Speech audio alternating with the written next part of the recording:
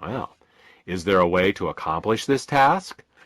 Ah, the humble raspberry. It saves us again. That same ellagic acid compound we get from the raspberry that keeps the viruses from entering our cells also causes the DNA of bacteria to unspool. It turns out that all bacteria use an enzyme called gyrase to keep their DNA coiled, and ellagic acid inhibits this enzyme. Unlike antibiotics that only work on specific types of bacteria, ellagic acid inhibits all types of bacteria. Furthermore, since gyrase is not a human enzyme, inhibiting it is harmless to us. Now let's turn our attention to fungi and yeast. When people are infected with these microorganisms, they are literally molding, like a piece of bread or cheese left in the cupboard too long. Molds have been only a minor annoyance in the past 50 years, limiting themselves to ruining grain harvests and the occasional toenail infection. But times are changing. Toxic molds now commonly colonize houses and work environments, getting into walls and ceilings and ventilation systems. These molds can then transition into our lungs, where they may be impossible to eradicate. Chronic intestinal, fungal, and yeast infections are also on the rise. These intestinal infections bore holes in the mucosal membrane of the intestines, allowing undigested proteins to enter into the bloodstream, where allergic reactions ensue. Modern medicine has antifungal and anti-yeast medications, but the problem is that many of these are toxic to the liver and other organs. What would be useful is a way to attack these fungal and yeast infections without hurting our own cells. Is there some part of the life cycle of these two types of infections that we can inhibit without hurting ourselves?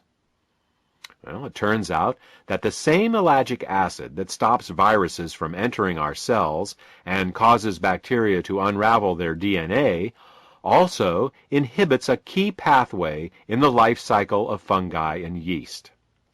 Fungi and yeast are types of plants, and so have a different type of cell wall than we do.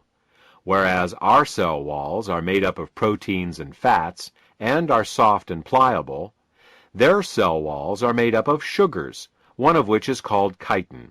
This chitin is made with the help of an enzyme called chitin synthase 2, and fortunately for us, ellagic acid inhibits it. Without the ability to produce chitin, fungi and yeast cannot grow or reproduce, and given time, will die. And unlike common antifungal and anti-yeast drugs, ellagic acid has no known toxicity to our own cells. Since chitin synthase 2 is not a human enzyme, inhibiting it is harmless to us. The last type of infection to address is that of parasites.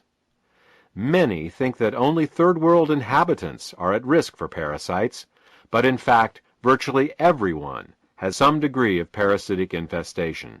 Going to restaurants, owning animals, or traveling abroad virtually guarantees some degree of parasitic infestation.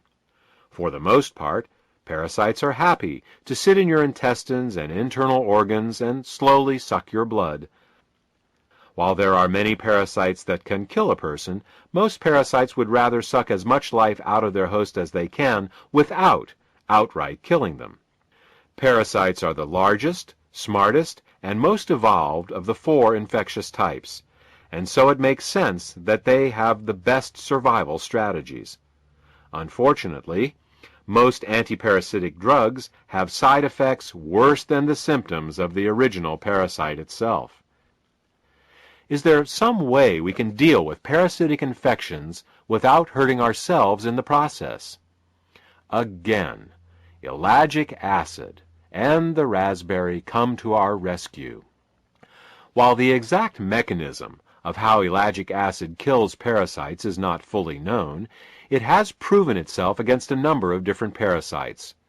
Current scientific thought suggests it has something to do with the glutathione reductase pathway, but that is beyond the scope of this presentation.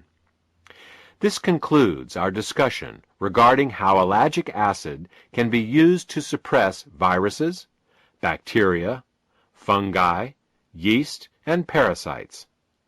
There is one more condition that ellagic acid has shown positive results with that we will discuss here, and that is cancer. In fact, if you look in the scientific literature, ellagic acid is better known for its ability to fight cancer than anything else. While there are several different ways in which ellagic acid both protects against cancer and helps fight against cancers that have already formed, the one we will discuss here is its ability to cause cancer cells to self-destruct. The technical term for this is apoptosis. Whenever a cell becomes cancerous, our DNA sends it a signal to self-destruct.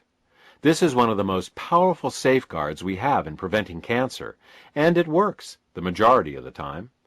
Unfortunately, it only takes one cancer cell capable of blocking this signal for a tumor to form.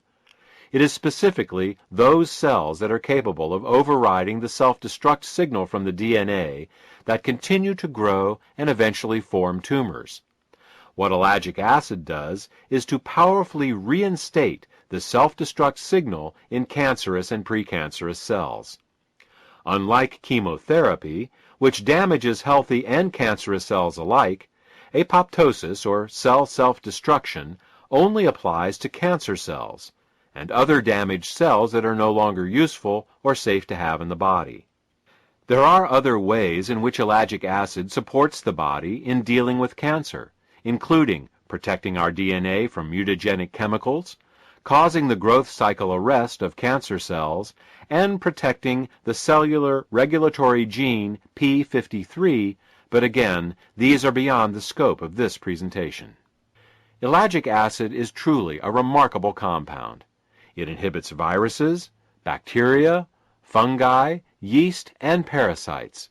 It helps support the body in its fight against cancer.